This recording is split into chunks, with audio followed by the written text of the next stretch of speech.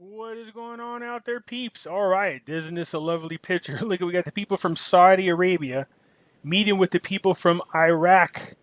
Yes, they're supposed to be coming up with some type of agreement. I'm curious to see what this agreement is. I know that Saudi Arabia was going to be turning to Iraq, trying to find a way to get some of that water that they need over there to help with their agriculture. So I'm curious to see what this agreement is going to be.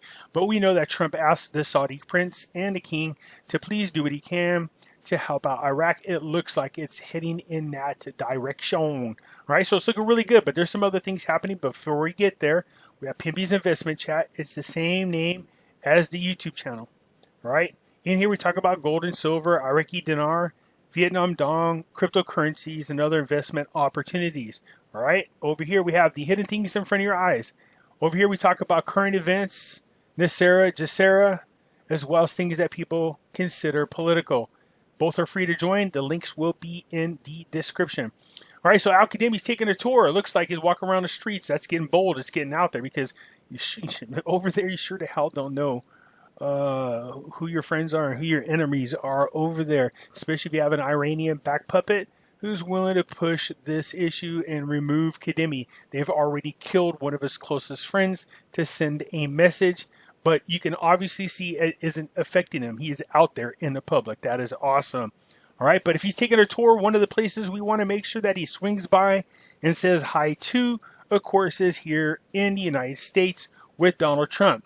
So I've already heard rumors, big rumors, and just let me say the rumors, that there is a huge trade deal getting ready to happen with Iraq. So Trump, as always, being a businessman, every chance he gets when he meets with world leaders, the first thing he wants to do is iron out trade agreements.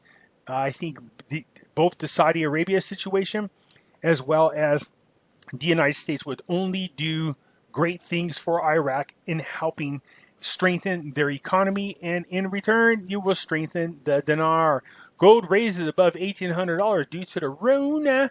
All right, gold prices stabilize on Monday to establish themselves above the $1,800 level. So, but it's been there for a little while. All right, it's actually there. So whenever we say something stable or supported, what that means is people are willing to pay this price. Is why it's stabilizing it. So this certain threshold, this resistant level of 1800 has been broken more than once. So the 1800 level is considered stable. It's a resistant level that's stable. You can see it's at 1870. We're not even done with the market yet. But look at silver still flying up, still going up. All right. So somebody's like, well, you talk too much about promoting your groups and talking about money metals. Yeah, of course, because I'm trying to bring awareness to the importance of people. First of all, come into my groups so they can get free information and they can share free information. That's the whole point of it. It's like a community of people with a lot of knowledge, all right? Also, bringing people to money metals because they're one of the most competitive precious metals dealers out there. And I support the fact that they are an American family-owned business. I love that type of stuff. And so I encourage people to go over there. Everybody's been talking about, look, when you guys come here, I make suggestions of what you guys should get, but don't be shy. Shop around on there. There's all kinds of things you can get. Okay, some of you guys have the money to do so. All right, but somebody's asking me, Pimpy, what do you think? Should I mix gold into my inventory, my holdings? Yes, you should have like a 80-20 split is what you should have. You know, when I keep telling people to focus on silver, there's a lot of people that don't have a lot of discrepancy money. I mean, what do you want to call it? This extra money, okay? So anyways, so what I'm trying to say to them is for those of you who can't do so, then try to focus just on silver, okay? So they have a lot of other coins that are really nice too, like these Britannias. I have a bunch of them, right? The American Eagles, the Canadian coins. So there's other options on here. You could go around and shop on here if you want to. Who's it? Stefan, that's what you look like? All right, there you go. There, I've never seen it before. That's the big kahuna over there, right? But look, you guys, those of you who have the means to do so, you should mix in some gold in there. All right, don't be shy about mixing gold in there. I mean, I say what I say about silver, which is like the poor man's gold. But what I'm trying to tell people is there's not a lot of people who have discretionary funds. For those who don't, just focus on silver. But obviously, if you have the money and the ability to do so, come into gold. They have plenty of gold in their inventory, all right? I'm just letting you know that. Okay, so silver as well. You don't have to just make suggestions, but for those of you who have the money to do so, don't be shy, shop around on there, okay? So again, some of the coins, when I talk about numismatic coins, some of you can afford to buy them. So get some because they have collector's value as well as metal value. So, me just making suggestions, I'm mostly focused on people who really don't have a lot of discretionary funds when I'm talking about what you should get into. Okay, it's up to you guys what you want to do. I can't tell you what to do.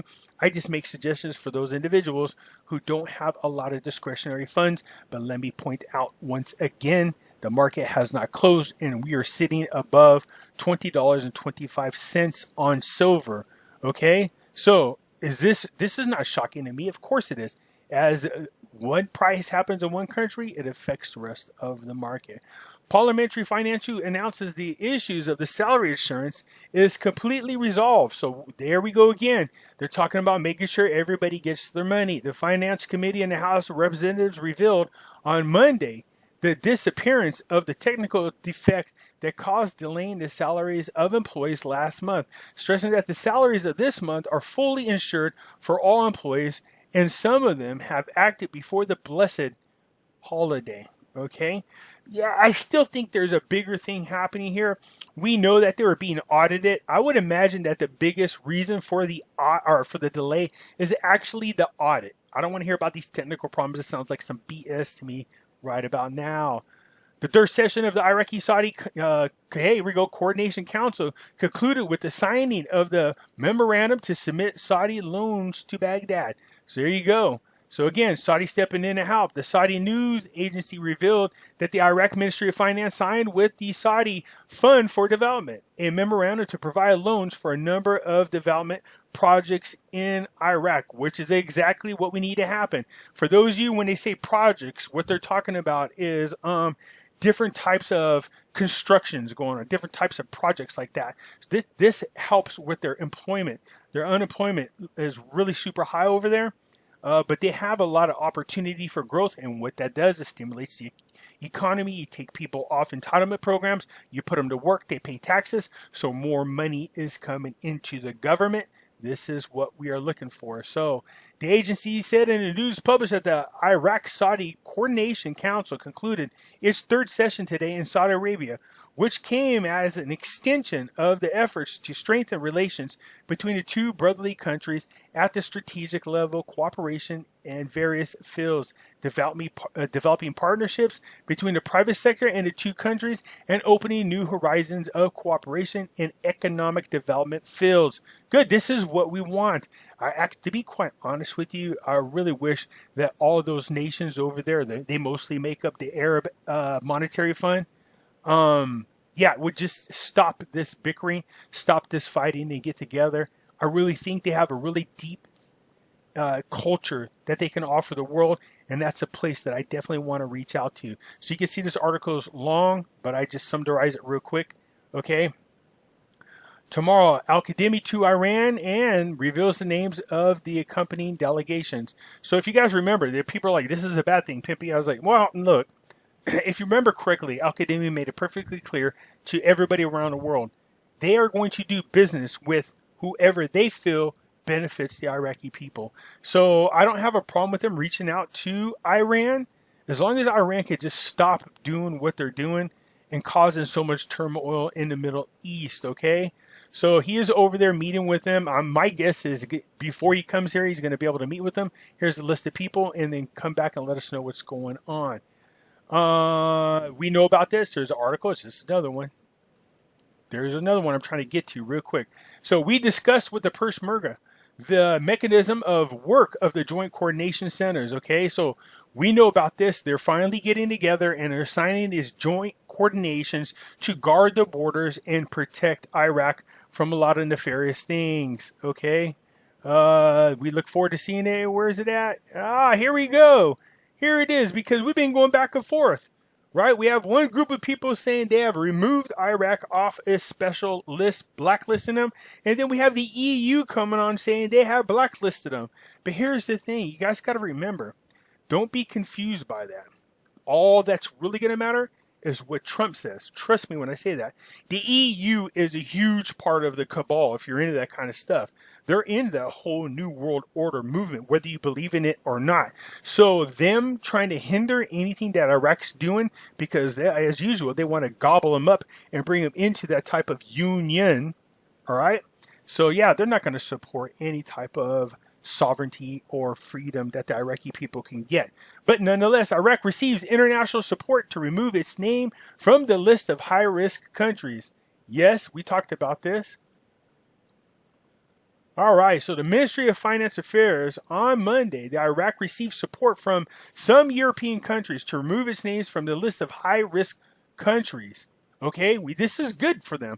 But remember, it kind of goes back and forth. One group said, let's remove them. The other group said, no, we're going to keep them on there. Now we have this. The ministry spokesperson, according to the official agency, Iraq's mission to the European Union delivered several messages through diplomatic channels to the European Commission in its capacity as the body that administers the exclusive procedures for assessing states' actions in the areas of fighting money laundering and combating financing of terrorism, to inform that the fulfillment of Iraq has adopted the standards adopted the European Union or the International Financial Action Task Force in this field. So one was saying they were removed, the other one says they were not. So it just looks like indeed it looks like they're about to be removed. So this is all good. This is all good news. This is what we're looking for. This is a step in the right direction. As you guys know, we need them to be recognized internationally once again, and then their currency reinstated. All right. If you guys like the video, hit the thumbs up button. If you're not a subscriber, please do so, because when you do, it helps out the channel, and I surely do appreciate it. I'll catch you later.